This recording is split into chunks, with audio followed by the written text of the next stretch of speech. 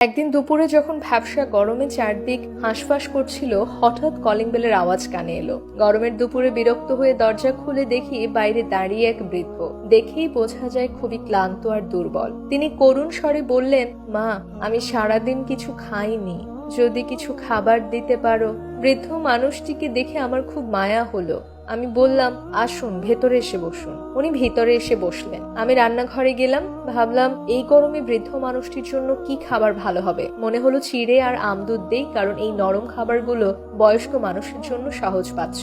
তাই আমি চিড়ে আর আমদুধের বাটি নিয়ে ওনার সামনে রাখলাম। কিন্তু উনি দুর্বল কণ্ঠে বললেন, মা, একটু ভাত হবে? আমি তৎক্ষণাৎ ওনাকে এক মুঠো ভাত বেড়ে দিলাম। পরম তৃপ্তিতে তিনি ভাত খেলেন। যখন বিদায় নিচ্ছিলেন তখন মুচকি হেসে বললেন, তোমার মঙ্গল হোক মা, আল্লাহ তোমাদের ভালো করবেন। পরের দিন থেকেই যেন আমাদের সংসারে এক নতুন হাওয়া বইতে শুরু করলো। আমার স্বামীর কাপড়ের দোকানে অপ্রত্যাশিত ভাবে বিক্রি বেড়ে গেল। মনে হলো আল্লাহ যেন তার রহমতের দরজা খুলে দিয়েছেন। বন্ধুরা, যদি কখনো তোমাদের দরজায় কেউ এসে দাঁড়ায়, তাকে ফিরিয়ে দিও না। জেনে রেখো, কাউকে দান করলে তা কখনো বৃথা যায় না।